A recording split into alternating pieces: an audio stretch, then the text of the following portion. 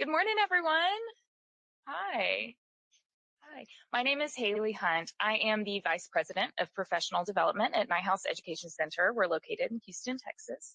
This is my colleague, Holly Hinton. She's the Vice President of Certification Pathways at House. And we're really glad to be with you here today and to speak with you about how you can build language through purposeful, intentional, powerful read alouds.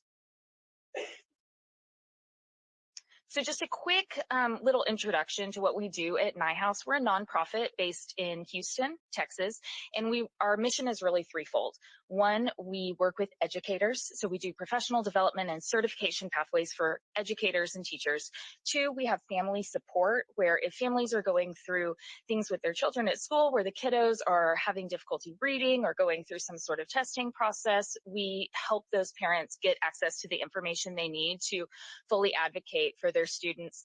And then lastly, we have an adult literacy program, which is really an amazing thing to see take place, where teenagers through, I think the oldest one we have is 89, I believe, are learning to read. So really great work there. And I'm excited to speak with you today about that first green column, right? So speaking about education. So in this session today, we're teachers, right? We have to have some objectives. So we hope that you will walk away knowing the benefits of reading aloud to children from a very early age, and then feel empowered to apply structured literacy principles to those read alouds. We hope you'll also have some time to evaluate your own practice and think forward for what you can do with your students or your own children moving forward. Okay, so to start our time together, I want you to think for a minute of a book that holds a special place in your heart, something that either you as a child, someone in your life read it aloud to you, or something that you have read aloud to your own children or to your students. So everyone think about that for a minute. For me, it's The Velveteen Rabbit. Holds a special place. So I want you to turn to a neighbor, tell them what that book or story is, and explain why it's special to you.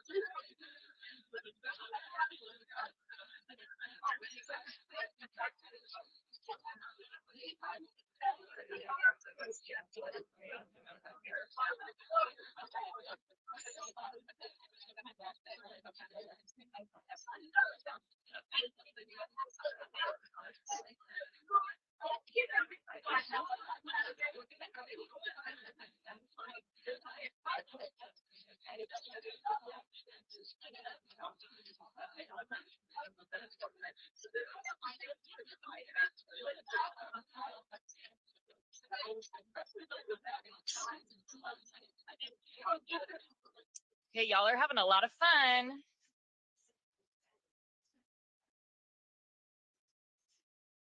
If you're anything like me, talking about books is just the best, right?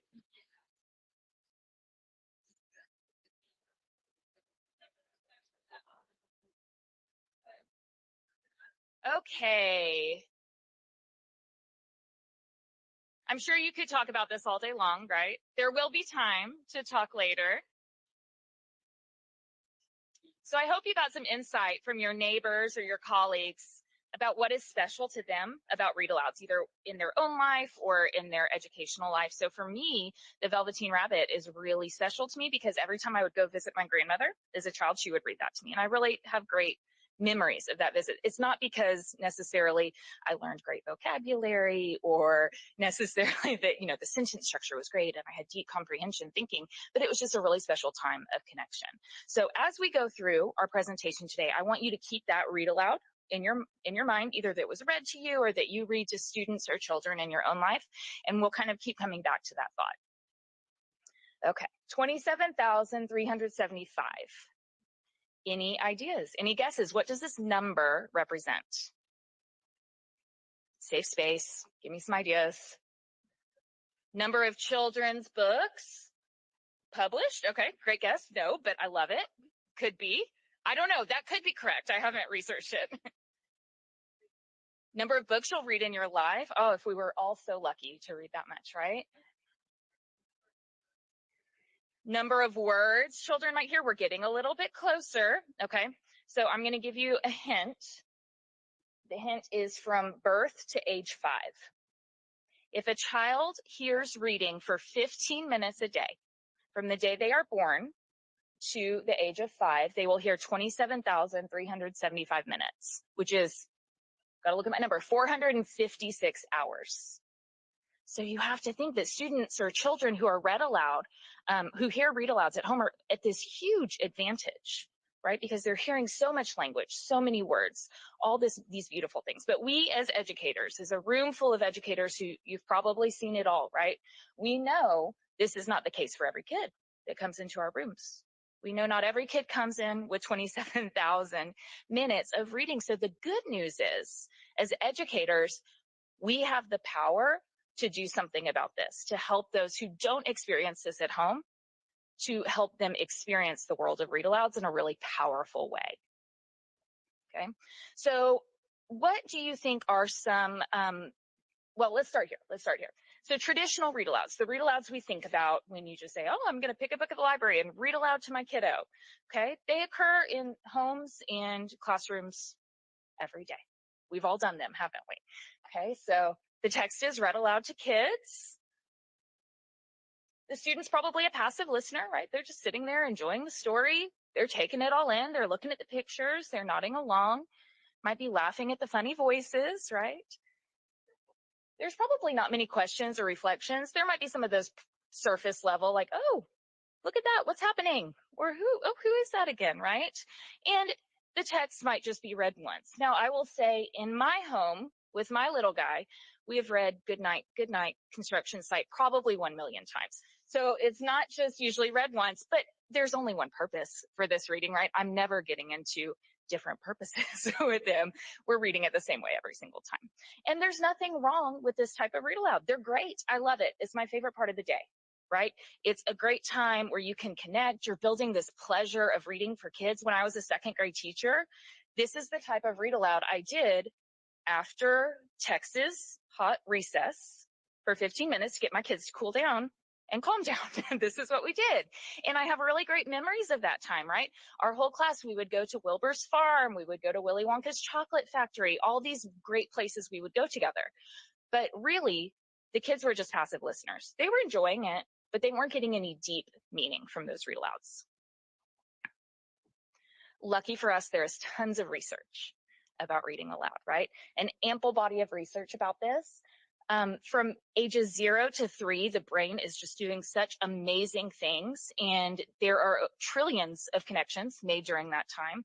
The child's vocabulary is quadrupling the number of words they know between the years of 1 and 2, which is really just amazing. And that vocabulary growth can be accelerated with read alouds.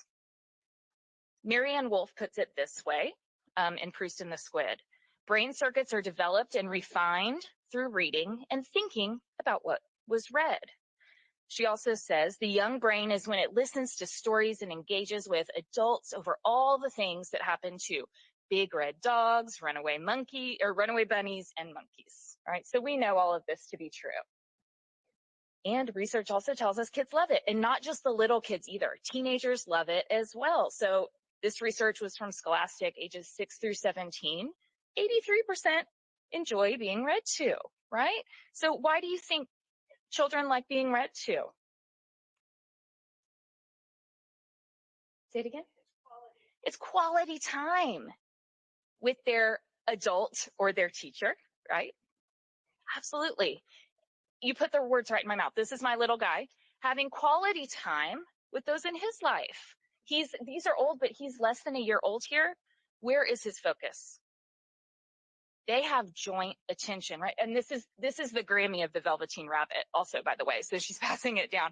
But so philosopher Charles Taylor tells us the crucial condition for human language learning is joint attention. And I think you can see that demonstrated beautifully here, right? So we're all engaged in the same thing. Again, we know that Marianne Wolf's prose is just beautiful, right? So I want to read this word for word. She says, no parent or adult, if you're the teacher, typically produces sentences with this many descriptive adjectives, prepositional phrases, clauses, much less words such as enchanted, long accursed, or in vain. This is the secret language of story found nowhere else that starts the spell with that exciting, long tingling word, once upon a time, and goes on to develop multiple aspects of oral and written language, like semantic knowledge. Where else is a mushroom called a toadstool? Syntax or even phonology, with no one but everyone the wiser. So I saw this every day with my kids in the classroom. I see it every day with my kiddo here. So we're exposing our children to these words and phrases, the rhythm of our language. Okay, what are the benefits of reading aloud? We already talked about connection. What else? Language, we're building language. Model of fluent reading. Enjoyment, absolutely. There are so many benefits, right? We're developing that interest in books and reading. We want our kids to be lifelong readers, right? I would imagine you're at this conference because you like some aspect of literacy and reading, right? I'm preaching to the choir here a little bit. I realize that, but we're developing this interest in books through high interest stories. You're demonstrating phrased and fluent reading for our kids. You're showing them that when we have a question, our voice goes up. We're going to emphasize certain words. We're going to have that rhythm and intonation to our reading. For younger students, they're developing that relationship between printed word and spoken word. Children's literature helps expose them to vocabulary and syntax and grammar and all of these beautiful, long, complex sentences that you might not find in books they can access independently. And you're developing that comprehension and strategic thinking skills at the oral level. Okay, we know that oral language leads to written language, so we're helping to practice those skills at the oral level. It's all wonderful. These are all really great things. A little bit more research here, right?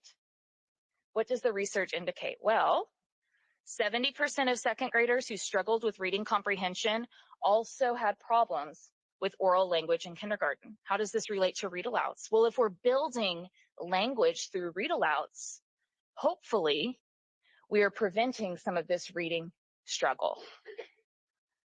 Fifth graders that were good readers that had poor reading comprehension demonstrated poor language skills as early as 15 months of age, before they even get to school. You're thinking, oh boy, I don't have any control over what happens to them before they get to school, right? We don't. So here's the keys to success, right? What do we know?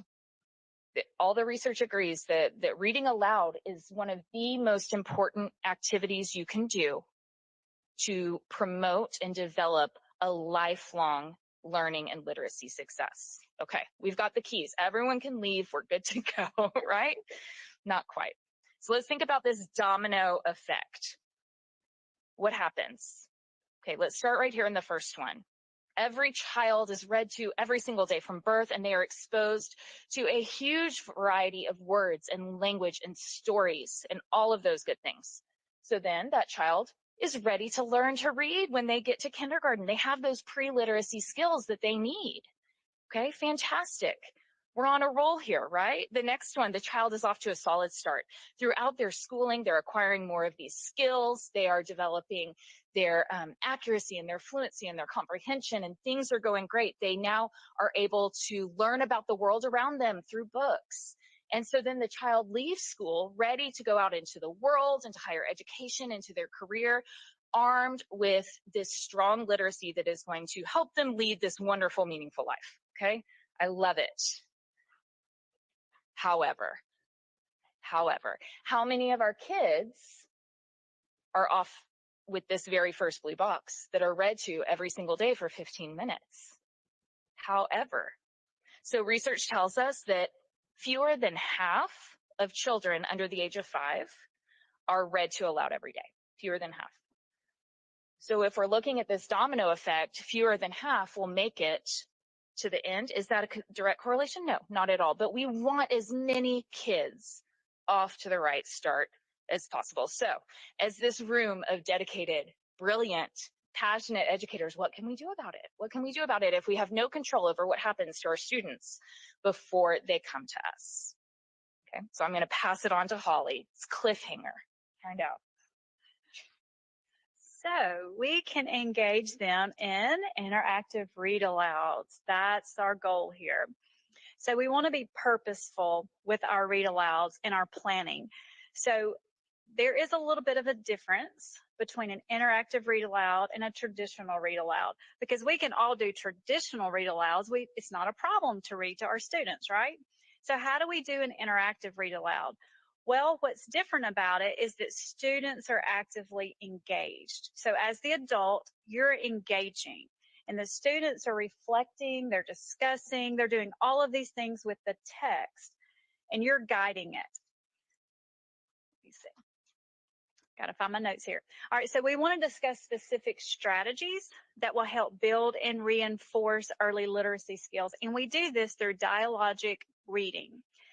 Dialogic reading is simply the balance between the adult guiding and the student understanding and being active in this participation. So this idea was actually created by Grover, Whitehurst, and colleagues, and the whole purpose was to foster student engagement. So as the adult, like I said, you're going to question and clarify, lead them into this text, asking questions, open-end questions. And then the students are engaged in this by answering questions, but also asking their own questions about the story. So unlike Haley, I don't have little ones at home anymore, but I have 2 little grandsons. The oldest one is now 3.5. And so he engages with this when we read books. And I see this in him connecting to his world knowledge and experience. We'll be doing something. He'll say, you read that in a book to me, or Mama read that in a book to me. So he's making those connections as early as 3 years old. So this method of read alouds has proven to be effective in the developing of oral language, and also allows students to access text above their independent reading ability, which is our goal here. So just like with Parker, my little grandson, he can't read. He's 3. But he's engaging with this text, and we're above his reading ability because he doesn't have a reading ability yet. So the whole idea here is that we're reading with kids and not to kids. So there's a difference. Think of it like this way. We don't learn to play the piano just by simply sitting there listening to the piano being played. We don't learn how to drive a car just by riding in a car. We're engaged in that activity. So let's talk about a few things to consider when choosing a text for an interactive dialogic read aloud. We need to consider our students' reading ability and their listening ability as well, their listening level.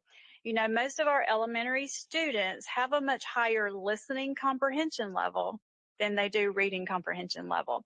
One of the things that we say in our classes all the time is, you might be working with an 8th grader who has a 1st grade reading level. Don't read Runaway Bunny to an 8th grader. Okay, their listening level is way above that. Okay, engage with them. We also want to make sure to choose a book that's interesting to our students. How many of you want to go pick up an organic chemistry book? We're educators, we're readers in this room. We love literacy. Not so much on the science, are we? So we wouldn't go pick that up for fun. So just our students are the same way. We need to choose a topic that's interesting to them. And then we also need to consider the depth of the text and its connection to the skill that we want to focus on. So your lesson plan may look something like this. You're going to select an appropriate book, select a focus for each read aloud, and then plan your questions and think alouds for each lesson. That is what we call being intentional. So I know this is what all of you do every day because, like Haley has said, we're in a room full of people who love literacy, and that's what you're here for. We know that we have to be explicit, systematic, and cumulative to build literacy with our students. So these components include both foundational skills such as phonology, decoding, and spelling, but also those higher level literacy skills such as reading comprehension and written expression. So Lane and Wright simply stated this: a systematic approach to reading aloud can yield important academic benefits for children. So we know what should happen with purposeful, intentional read alouds that target skills appropriate to your students, chosen systematically based on progress monitoring, taught explicitly with evidence-based instructional strategies that also provide opportunities for sustained practice. But the question here is how? How do we make this happen during our teaching? How do we know what concepts to target? And how do we plan those purposeful read alouds? So we're going to look at some ideas and examples of how you can apply this to your instruction. So we're going to first target foundational literacy skills during our read alouds. So in a moment, I'll click play. So this is Parker. This is right after he turned 3. How many in here knows about the elf on the shelf? Okay, this was Parker's first Christmas with the elf on the shelf. So you can imagine what kind of name he probably picked out for his elf because he just turned 3. Doobie. So you're going to hear him reading to Doobie. Don't know where Doobie came along, but you know, he's 3. He's also a very Southern little boy. So any of you from Ohio may have a hard time understanding Southern language like I speak because he speaks it too. But Doobie, you know, what do the elves do?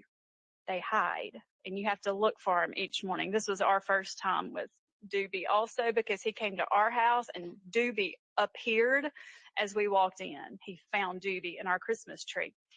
So he's here and he gets up and Doobie has him, because his elf leaves him a note every day. So we had to have a certain pen and a certain pad come to our house so that Doobie left the note on the right kind of paper because he's that observant. So he has, you can see the book he's holding. So what do you know about Brown Bear, Brown Bear?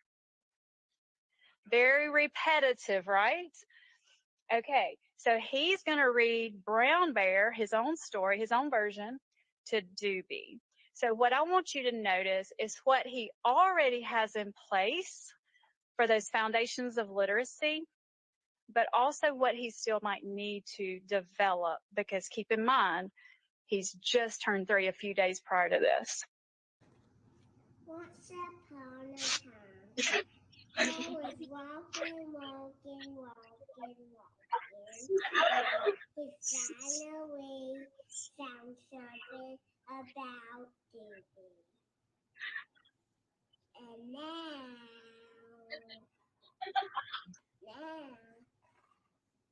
Bud was flying, and then he said something about honey. I'm honey.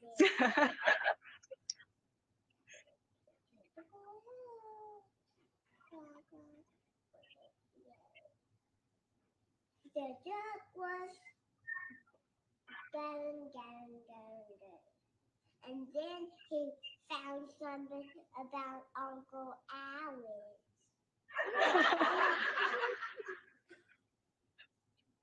And then... It's like, are you still there? And then the boy horse was going to eat. And then he was walking. And then he found something about Baby Haddon. Baby Haddon.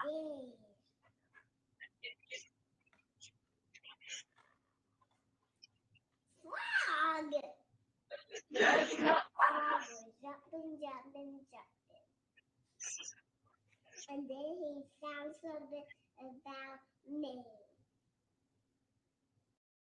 And I think we stopped it here because it goes on for about 4 minutes. Okay. All right. So what does he already have in place for those foundational literacy skills? Sequence. Page. Okay. He's turning the pages, and how is he holding the book? He's holding the book correctly. It's not upside down. And he has that concept that we're reading from left to right, and he's flipping these pages. How did he start? Does anybody remember? It's that magical phrase. Once upon a time, that's that long one big word, right? Yes. He knows that Brown Bear is repetitive. So even though he created his own story based on the pictures, it was repetitive. He knew members of his family because as it goes on, he's finding something about Honey. He finds something about Uncle Alex. He finds something about Mama. He names different members of his family, which I didn't think was such a great big deal until I've talked to people that work in preschools that kids don't know family members. And it's like, whoa, okay. At the end, and we clipped it because you'd be bored by now. At the end, he turns it around because he's really good about asking you something, but he knows the answer to it. And it's the black sheep. He goes, "What's this?" And I said, "Well, what do you think it is?" "A sheep." And then he goes, "Ba ba black sheep, have you any wool?" And he goes into this little nursery rhyme. So he understands, he's making that connection. It's just that I'm not tech savvy and I couldn't clip it and add that to the end. So that's why we had to clip that part off and not add it back. But he knows, okay, I've heard about a black sheep. Let me connect it to what I am learning. Okay. Now, all of this is at 3. So obviously, he's in a literacy rich home, right? And we know that not all of our students have that. So what can we do when you get them? So we know that one foundational literacy skill is the concepts of print. Okay. And he's starting to get these things. He's got the concept of print. They also need book knowledge. Students need book knowledge. Who is the author? Who is the illustrator? I've told older students before that did not know what captions were. They didn't know how to read a graph because that had not been explicitly taught. These are the things we have to explicitly teach.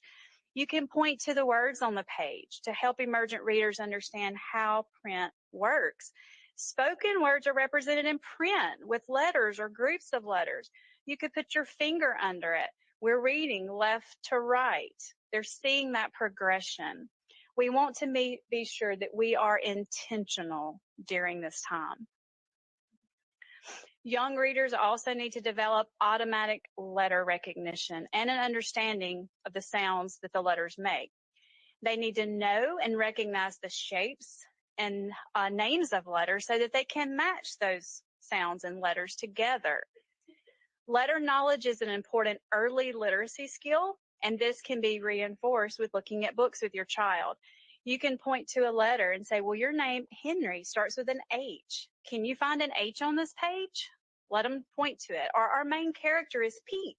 This is a capital P. Can you find a capital P? What about this one? Is this an uppercase or a capital P or a lowercase p? So when emergent readers are automatic with letter names, it's easier for them to attach those sounds to the letters. And this is helping to build understanding of the code. So I could say the title of our book starts with the P. What sound does the P make? Or we might be reading, here's the word basket. Let's touch the letter and say its sound. We know that that is a decodable word, so it's helping them to see that. Our young readers also need to develop strong phonological and phonemic awareness skills. So all those PH words that you hear a lot while you're here at IDA, think of the phonological awareness as that overarching term. So think of it in bigger chunks. This is where we count words in sentences or count syllables in words. They're also going to blend words together, blend syllables to make words. And then emergent readers will focus on identifying those individual speech sounds, like what is the initial sound in sit? Learning how to take the words apart or segmenting them. So if we segment the word sit, but then the reversal is also important. If they hear it, can they make the word? So for students who do not have strong phonological and phonemic awareness, you can incorporate these type of activities in your read aloud. So think about questions that you could ask your students. Did you hear any words that rhyme on this page? What words started with the p sound? What's another question you might ask to help with phonological and phonemic awareness? What are some things you might ask your students?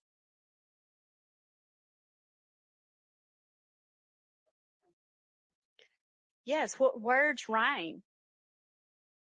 What if they heard, yes? What if you hear the pig algorithm vocabulary for my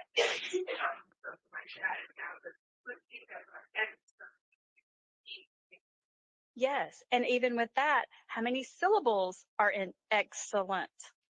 So we're making them aware of that sound structure of the word, right? What about how many words are in this sentence? And give them a sentence, because a dog, some kids think that's one word. The dog ran, that's one word. The dog ran. Okay, so we could give them a sentence or a phrase and say how many words. They could even have counters, but if I'm just envisioning carpet time, they're sitting in front of you, they can use their fingers. There's nothing else needed.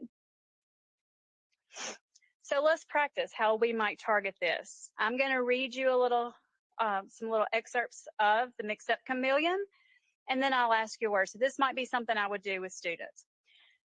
On a shiny green leaf sat a small green chameleon. Shiny's a pretty interesting word. How many syllables are in the word shiny? They could repeat. Shiny, shiny. It moved onto a brown tree and turned brownish. Then it rested on a red flower and turned reddish. Tell me the sounds you hear in red. What about the word leaf? What sounds do you hear in leaf? When the chameleon moved slowly across the yellow sand, it turned yellowish. You could hardly see it. So the chameleon moves across the yellow sand. How many words can you rhyme with sand? Hand, ran, fanned, scanned. There's a lot of words, right? So this page is about the chameleon. What sound does chameleon start with? Okay, what other animals can you think of that start with k? Cat, kangaroo. What did y'all say? Cow, camel. Ooh, we've got a lot. What about cougar? Okay, so next we want to consider ways to plan these purposeful oral language and vocabulary. So Haley's going to talk to us. All right. So as we mentioned before, we know that oral language is the foundation for written language. So the National Research Council put it this way: the more children know about language, the better equipped they are to succeed in reading. So we can be very purposeful about building their oral language, their background and world knowledge. So in order to have language comprehension, in order to have oral language or oral knowledge about something, it has to come from one of two places. Either you've experienced yourself that thing, or you've learned about that thing, right? So when I was a 5-year-old going into kindergarten, I knew a lot about farms. I did not live on a farm. How did I learn about the farm? Books and TV and movies. That's how I learned about the farm. I learned about it. So at the foundation of oral language, or at the foundation of language comprehension, you need that oral language. And so we need to know what the words mean. We can't just word call. Kids can't just intake words. We need to know what they mean. And so we want to develop a breadth and a depth of language. So put very simply, the breadth of language is you know a lot of words. The depth of language is you know a lot about those words. So Jim Trelease puts it this way: in conversation, we tend to use verbal shorthand, not full sentences. Is that true? I might say, Holly, why are you going downstairs? Because I need to get a drink, or that way, right? We're using that verbal shorthand. But the language in books is very rich. And in books, there are complete sentences. The language is more complicated, more sophisticated. A child who hears more sophisticated words has a giant advantage over the child who hasn't heard these words. So looking at breadth, let's take a minute here to look at breadth. Research has demonstrated the breadth of language is important to accurate reading. If you have a word in your oral language, you are better equipped to decode that word, okay? So let's look at the first word up here in the purple. What's that word? You can decode it because it's in your oral language store, right? Now, let's pretend we're driving down the street. We go to CVS to fill a prescription, and they give you that really big, long receipt, and you're trying to read the non-generic name of your prescription. What are we trying to do? We're all educated people. We're chunking it out. We don't have that. I mean, if I've never used that word before and it's a new prescription name, or I'm like, it starts with a TR and right? Because we don't have it in our oral language. Now, if you buy Advil, you have that in your oral language. It's easier to decode. So we want our kids to know a lot of words. And depth, we want our kids to know a lot about a lot of words. So I'm going to give you a super simple word. Are you in? What's the word? Run. What does it mean? Give me a definition. Yeah, to move your body fast, move your body quickly. Okay, but guess what? The word run has 20 definitions. What else do we have for run?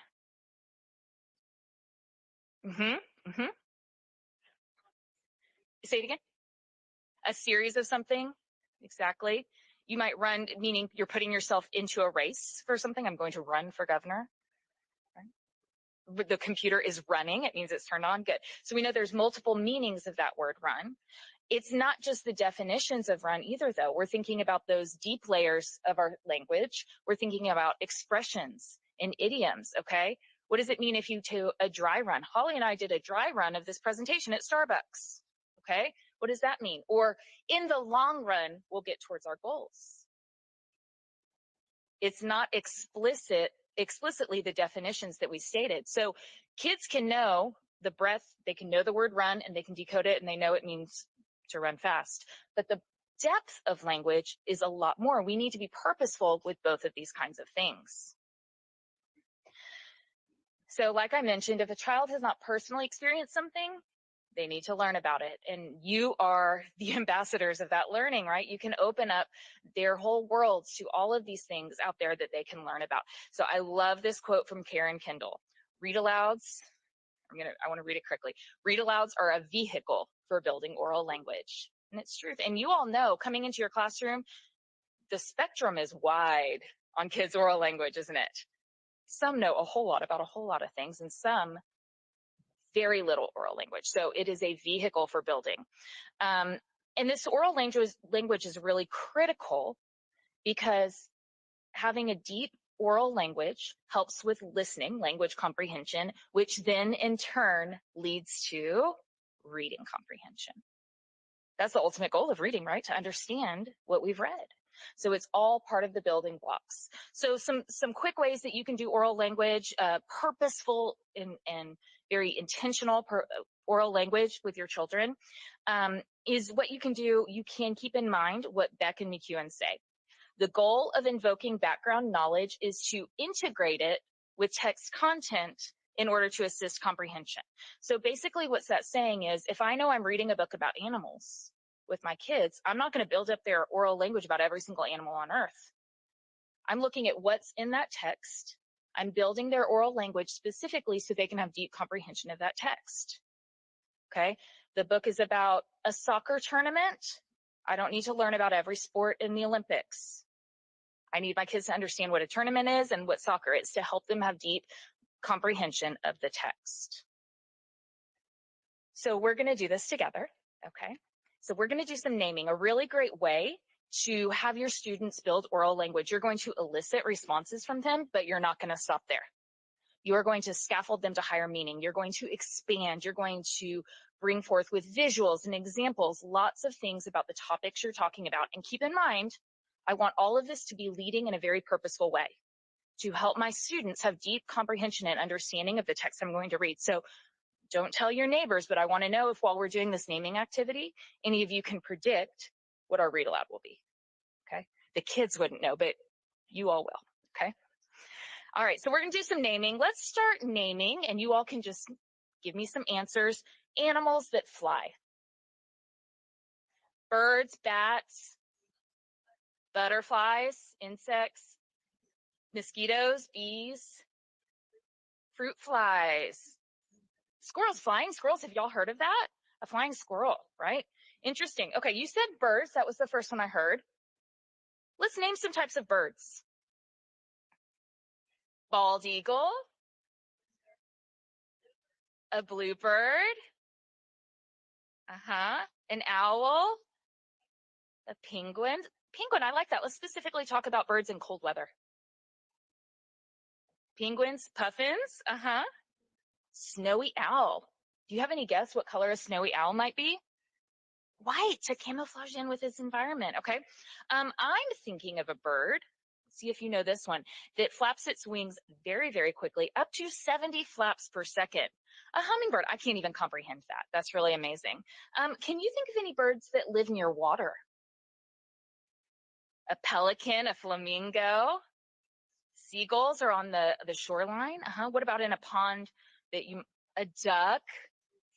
You got it. Lots of great ones. Okay. Now that we know about birds, let's specifically talk about some characteristics of birds. For example, birds are covered with feathers. What else? They have beaks. Did you know their beaks have no teeth? They're just beaks. What else? Say it again. They have claws. What do you think those claws are for? Talons to grab either their prey or to hang on to something. You got it. Let's see. Tell me about how they move. They fly. The reason birds can stay in the air and fly is because they have a very strong but lightweight skeleton. Our skeletons aren't so lightweight, right? We can't fly. But the birds, if you've ever held a bird, they're very light but strong. That keeps them in the air. Okay, so now what I want us to think about, we're going to switch gears a little bit, animals. Animals that are active at night. Do you know what that's called? Nocturnal. Okay, tell me about some animals that are active. It is Friday the 13th, right? So got those bats. Okay. Possums, bats, cats, those big cats, lots of those woodland creatures that need to be hunting, right? Like a badger or a fox or a wolf might be active at night. Down where I live in Texas, in the evenings at twilight when the sun's going down, we have these blinking, beautiful insects that are active. Fireflies or lightning bugs. So here's something interesting. Animals who are active at night are called nocturnal animals. Do you know what they're called if they're active during the day? Diurnal. Ooh, we've got some smart kiddos here. Diurnal animals. You've got it. Think to yourself, are you nocturnal or diurnal? Okay, I have something going on with PowerPoint. Have you ever been called a night owl? Have you been called an early bird? And then I've heard this one that honestly applies to me is like a sleepy pigeon. Maybe you're sleeping all the time. I don't know. I didn't make that up, but it sure did hit home. Okay, so earlier we talked about animals that can fly. Can you all think of mammals that can fly? Someone said a flying squirrel. Bats. Okay, guess what? I did some research here. Bats are the only mammals that can fly. Anything else that you hear that's a mammal or like a flying squirrel or a flying fish, they're not really flying. They're gliding. They're just going from a high point down and using their wingspan or their arms to just glide. So bats are the only mammals that can fly. Okay, let's talk about characteristics of bats. What do we know about bats? Say it again. Echolocation, that means they're using their ears and sound to help them know where in space they are, how to hunt for food. You got it. Their wings are actually work in very similar ways to the way our hands work. Okay, they're modified types of hands. And their bodies are covered with fur, but their wings are not. I didn't know that. That probably would look a little weird. Do you know what a group of bats is called? A colony. Has anyone been to Austin? There is a colony of bats underneath the bridge, right? Okay, what do you think bats eat? Insects. Most bats do eat insects, but they could also eat fruit bats, nectar, and even some small mammals, which I don't really want to know much about. Okay, baby bats. Do you know what baby bats are called? Pups, the same as what a baby dog would be called. Interesting. Okay, and I just found, since it is Friday the 13th, I found this fascinating. They can fly up to 100 miles per hour. Gosh, that's so fast. Oh my gosh. Okay, so any idea where this is going? You got it. We're going to do a read aloud for Stella Luna. I have primed you all to have deep comprehension of Stella Luna. So let me quickly do an excerpt, and then I will purposefully and intentionally go through Stella Luna with you.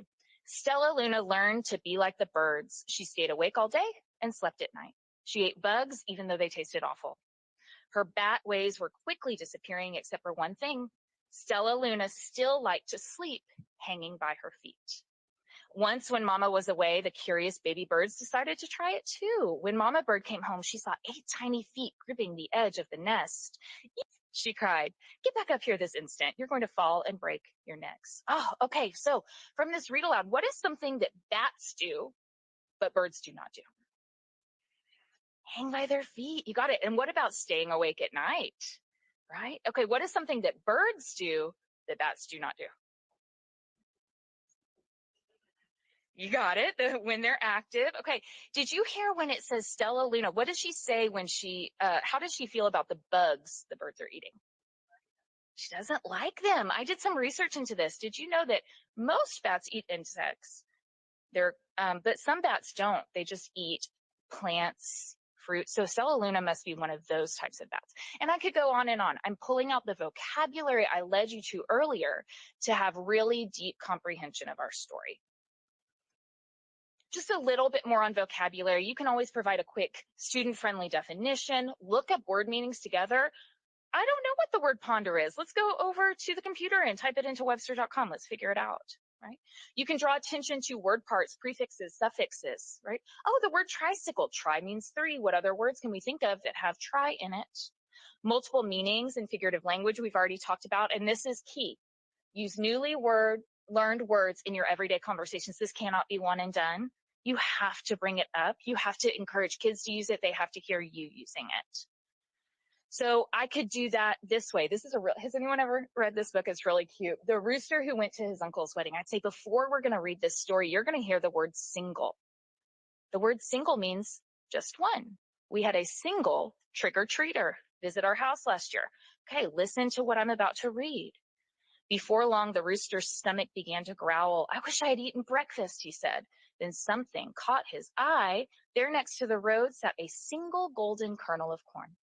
Perfect, the rooster thought, but when he got closer, he could see that the kernel was lying in a puddle of mud. If he ate it, he would get his beak all dirty. Oh, that rooster was hungry, but he couldn't go to his uncle's wedding with a dirty beak. What to do, to peck or not to peck? He wondered. The rooster stared at the kernel. Okay, I've prepared you with the word single. So then we can go into a deep meaning. What does single mean? Is eating a single kernel of corn worth it for the rooster? And here, we don't need to go into this together, but here's just some examples of some questions, and y'all can feel free to take a picture if you like, but some questions that might target all of these different types of skills. Okay, so different questions for concepts of print, phonological awareness, oral language, vocabulary, letter sounds. If you're anything like me, once you get 1 or 2 examples, you can go on a roll, right? You're like, oh, I can do this. This is something my students need. Here's some more: letter recognition, concepts of print questions. Did you notice that table and tomato both begin with t? What other words start with t? And one more. The story is about a market. Let's name fruit, produce that you might find at a market. Or I see the letters SH on this page. How do we pronounce those letters? So lots of different ways that you can target oral language, vocabulary, foundations of literacy in your read alouds.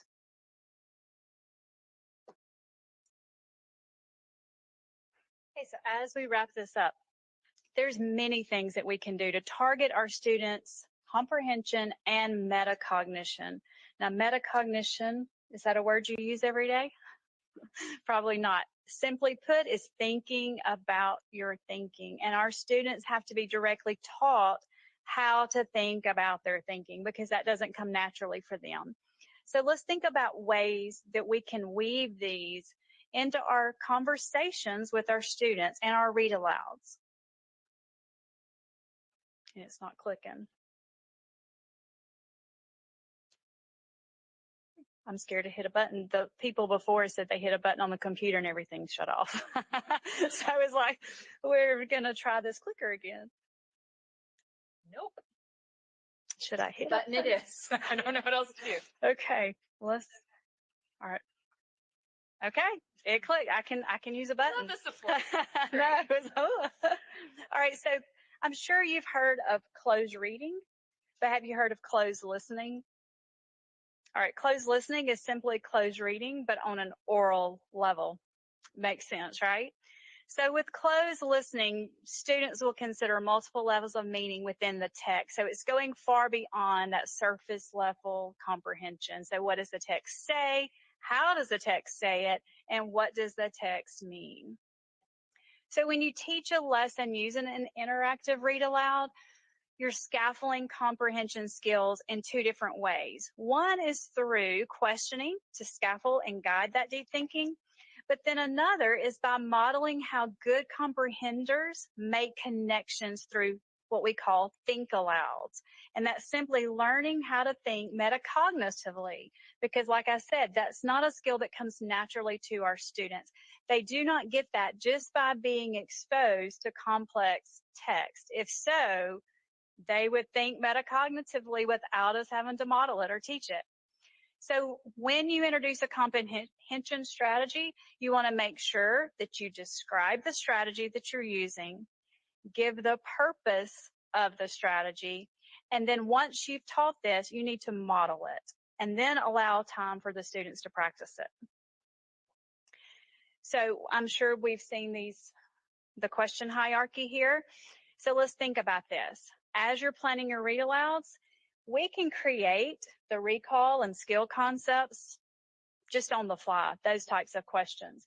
It's those deeper questioning that we need to really be thoughtful and plan of that strategic thinking and extended thinking.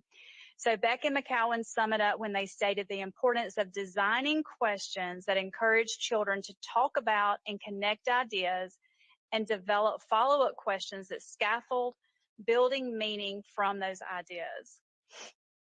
So there's a variety of things that you can do during your read aloud to target those skills. You can discuss predictions. What do you think might happen next? You can ask your students open-ended questions. How do you think the character felt? That's more of a complex question. They're having to dig down in there, right? Why do you think the character did this? You could have your students retell the story in their own words with the partner. You might need some pictures to help support them to get them there. And then another important way is to model your own thinking by what we call think alouds as we read. So during a think aloud, you're simply modeling what good readers do when they read. Think about when you read something. You know how to check your comprehension, but these are children that don't know how to do that. So when you do a think aloud, you're just simply vocalizing how you're feeling, what you don't understand, what might happen next. Gold and Akimi describe this process as making the invisible act of reading visible. And I love that idea because we do so much that's not visible to the eye when we're reading. So we're just vocalizing what we're doing so it becomes visible for our students. So Think Aloud's focus on helping students develop metacognitive thinking and checking for their own understanding. So think about when you're reading a paragraph and you get to the end, you go, I don't know what I've read. You automatically go, I don't know what's happened so far. Let me go back and reread this. We have to model that out loud for our students. So there's two ways to do a think aloud. You can model it like we've said, but you could also, once that strategy's been taught and modeled, you can choose another book and you can ask your students to verbalize what they're thinking, to share with you what are they thinking as you read this. So here's some ideas of questions that you might do as you're planning it. You want to plan ahead because sometimes something can happen in your classroom unexpectedly, and there went your thoughts. So write it down. Okay, plan and write them down prior to the lesson. Also think about other lessons that you've taught your students. What are areas that they're struggling? That might be what you're targeting in this one, because you've seen them struggle with rhyming words, so you're going to target and you're purposeful about that. You can also determine when you're going to ask these questions. Is it going to be at the very end after you've read the entire book? Probably not with the students that we work with. So where would be a good place to insert questions? Will I do it after a paragraph or after a page? Where would be a good place to ask that? And then lastly, we want to consider marking the spots where you might stop with a sticky note. So let's look at one of the books that we are all familiar with, The Giving Tree, and I will model what this might look like. So once there was a tree, and she loved a little boy, and every day the boy would come. I'm noticing that in this picture, the tree's branches are outstretched, so it kind of reminds me of a hug. And he would gather her leaves and make them into crowns and play king of the forest. He would climb up her trunk and swing from her branches and eat apples. And they would play hide and go seek. And when he was tired, he would sleep in her shade. Well, from this, I can tell that the tree really loves the little boy. So I think she enjoys taking care of him and providing him shade and apples. I predict that she's going to continue to take care of him. And the little boy loved the tree very much. What does this make you think of? Makes me think of my mom and how I enjoy spending time with her. And she loves me, and I know that she does. And the tree was very happy, but time went by, and the boy grew older. Don't know that I quite understand this. Why does it matter that the boy is getting older? What do you think?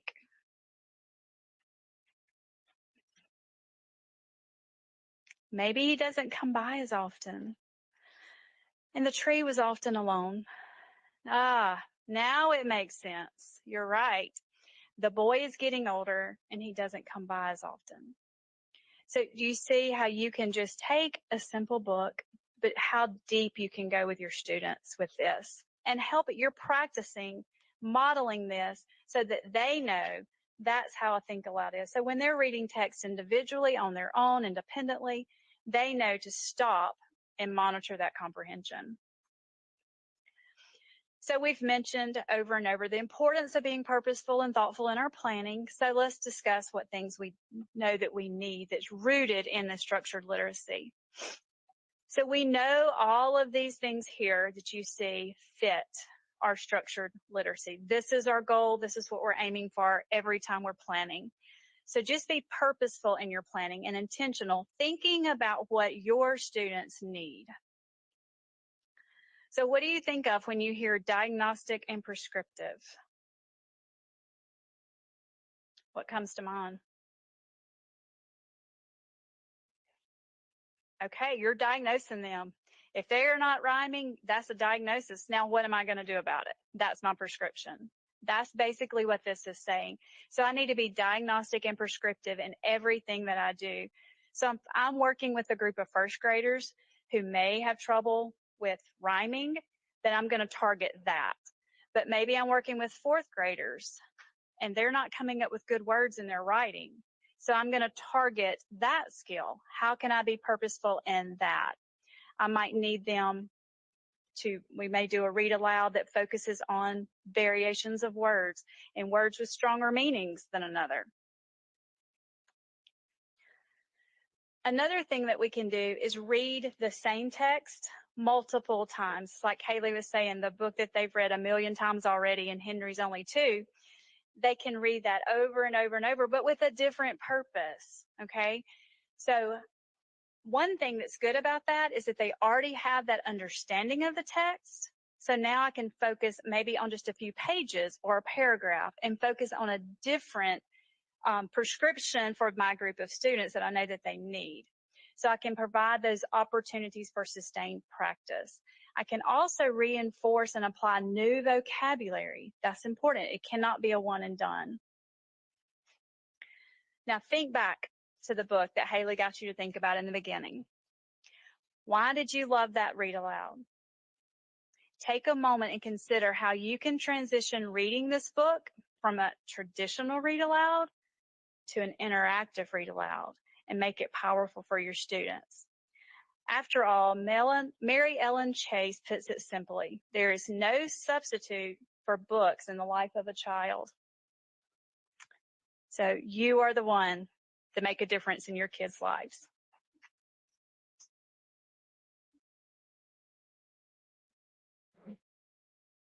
Thank you, everyone. Yes.